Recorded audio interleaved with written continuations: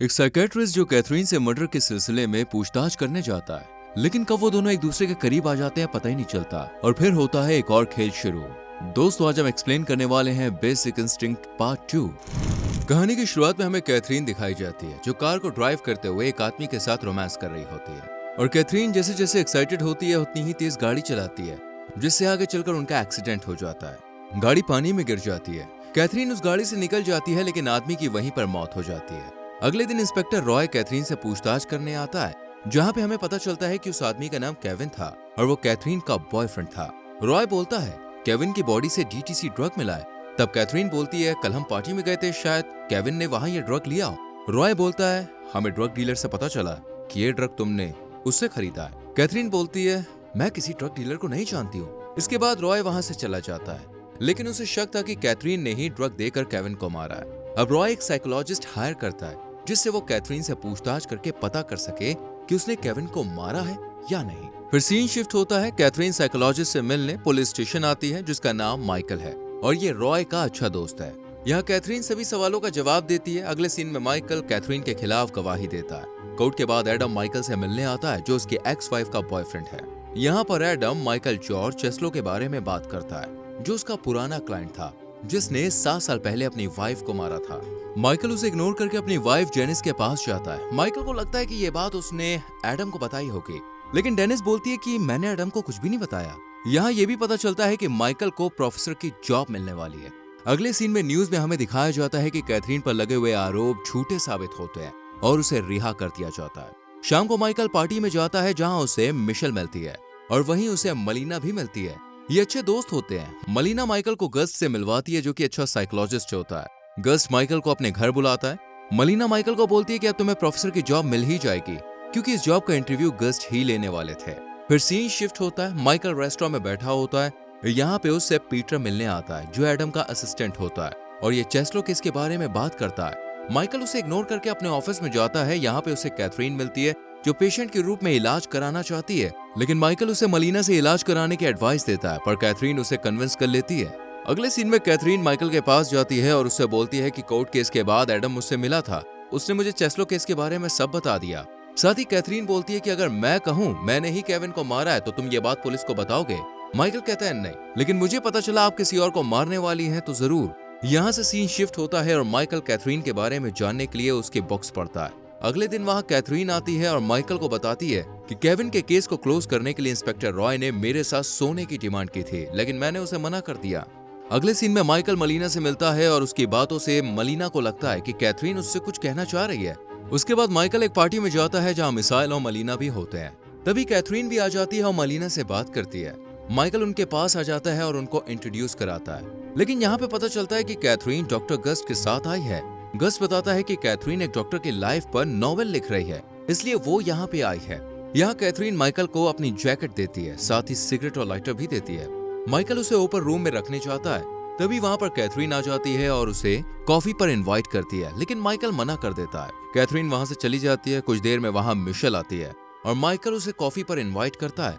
अगले सीन में मिसाइल और माइकल इंटीमेट होते हैं और माइकल की नजर कैथरीन के नॉवल पर होती है। तभी वहाँ पर डेनिस का कॉल आता है और माइकल उसके पास जाता है तो वहाँ डेनिस के बॉयफ्रेंड एडम की लाश मिलती है। उसका गला एक बेल्ट से बंधा हुआ था, शरीर पर एक भी कपड़ा नहीं था। माइकल को वहाँ पर एक लाइटर नजर आता है जो सेम टू सेम वैसा ही था जो कैथरीन ने उसे पार्टी में दिया था। कुछ समय के बाद पुलिस आती है। इंस्पेक्टर रॉय डेनिस पर शक करता है। माइकल कहता है कि मैं उसे जानता हूँ, वो ऐसा नहीं कर सकती। अगले सीन में कैथरीन माइकल से सेशन लेने आती है और वो उसे बताती है कि एडम के साथ मेरा अफेयर चल रहा था, मैं डेनिस को भी जानती हूँ। तभी वो सिगरेट जलाने के लिए अपना लाइटर निकालती है। उसके बाद कैथरीन माइकल को बहकाने की कोशिश करती है, लेकिन माइकल चुप रहता है। फिर कैथरीन वहां से जाते हुए कहती है कि मैं इलाज बंद कर रही हूँ। अचानक ये बात सुनकर माइकल परेशान हो जाता है। उस दिन रॉय माइकल के घर एडम के केस के बारे में बात करने आता है। असल में रॉय माइकल पर शक कर रहा था क्योंकि उसे पता था कि एडम चेस्लो केस के बारे में आर्टिकल लिख रहा था और ये आर्टिकल पूरा हो जाता है तो माइकल को प्रोफेसर की जॉब नहीं मिल पाती। लेकिन माइकल बताता है कि उस दिन मैं अपनी फ्रेंड के साथ था। अगले सीन में माइकल मलीना के साथ इंटरव्यू के लिए जाता है जहां उन्हें कैथरीन भी मिलती है। गस्ट कैथरीन और मलीना को बाहर भेजकर माइकल का इंटरव्यू लेता है और उससे चेस्लो केस के बारे में भी बात करता है। यहाँ पे हमें पता चलता है चेस्लो एक ड्रग डीलर था जो कि माइकल से इलाज करा रहा था। इलाज के समय ही उसने अपनी प्रेग्नेंट वाइफ को मार दिया था। माइकल चेस्लो केस में इंटरेस्ट लेने लग गया था, लेकिन चेस्लो के अरेस्ट हो जाने के बाद वो काफी निराश हो गया था। यहाँ गस्ट माइकल से कहता है कि ये गलती फिर से नहीं होनी चाहिए। इसका मतलब माइकल को प्रोफेसर की जॉब मिल चुकी थी। अगले सीन में माइकल कैथरीन का पीछा करता है और रेड लाइट एरिया तक पहुंच जाता है, जहाँ कैथरीन एक आदमी को पैसे देती है, लेकिन वो कैथरीन को फोर्स करके क्लब में ले जाता है। माइकल उसे बचाने के लिए उसके पीछे जाता है। तभी वो एक खिड़की से देखता है कि कैथरीन उसी आदमी के साथ इंटीमेट हो रही है और कैथरीन भी माइकल को देखती है, यानी इसलिए इस आदमी को कैथरीन ने पैसे दिए थे। अगले सीन में माइकल मलीना के पास जाता है और कैथरीन से बात करता है। तो मलीना कहती है तुम्हें कैथरीन से प्यार हो गया, तुम्हें उससे दूर रहना चाहिए। फिर सीन शिफ्ट होता है। यहाँ रॉय माइकल से मिलने आता है और उसे बताता है कि एडम के केस की सभी जानकारी गायब हो गई है। यहाँ रॉय को कैथरीन पर शक था, इसलिए वो उसके बारे में जानने की कोशिश करता है, लेकिन माइकल अपने क्लाइंट की जानकारी किसी को भी नहीं देता है, इसलिए वो रॉय को कुछ भी नहीं बताता। तभी रॉय कहता है कि मुझे पता चला है चेस्लो केस में तुमने झूठ बोला था कि उसकी दिमागी हालत सही है। रॉय बोलता है इस बारे में तुम्हारी एक्स वाइफ ने मुझे बताया है।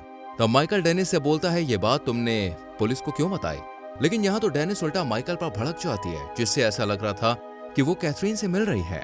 माइकल उसे कैथरीन से दूर रहने की बोलता है, लेकिन डेनिस वहां से चली जाती है। माइकल कैथरीन का पीछा करते करते एक क्लब तक पहुंचता है, जहां डेनिस एक लड़की से बात करती है और दोनों वॉशरूम जाते हैं। कुछ देर तक माइकल वेट करता है, फिर वो अंदर जाता है, जहां उसे डेनिस घायल मिलती है। तभी वहां पर दो लेडीज आती हैं और माइकल उनसे एम्बुलेंस बुलाने की कहता है। यहाँ से सीन शिफ्ट होता है और रॉय माइकल से पूछताछ करता है। रॉय कहता है हमारे पास कुछ सबूत है जिनसे पता चलता है कि डेनिस के साथ तुम्हारी लड़ाई हुई थी और तुम उसका पीछा भी कर रहे थे। माइकल कहता है मैं उसे बचाना चाहता था। तभी वहां पर कैथरीन आती है और रॉय से कहती है कि मैं और डेनिस रिलेशनशिप में थे और उसने मुझे बताया है कि एडम ने ही उसे झूठ बोलने को कहा था कि माइकल को पता था चेस्लो की दिमागी हालत खराब है।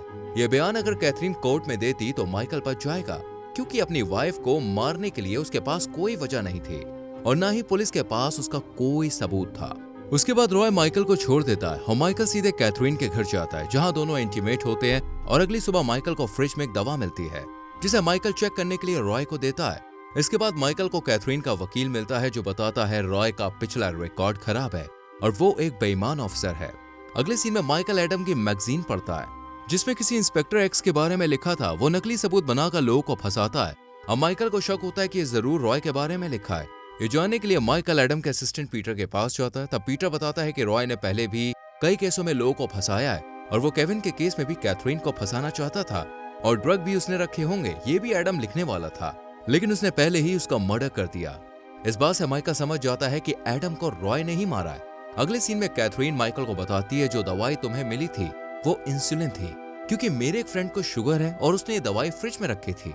यहाँ से सीन शिफ्ट होता है और रॉय माइकल को बताता है वो दवाई डीटीसी ड्रग था, जो केविन के बॉडी से भी मिला था।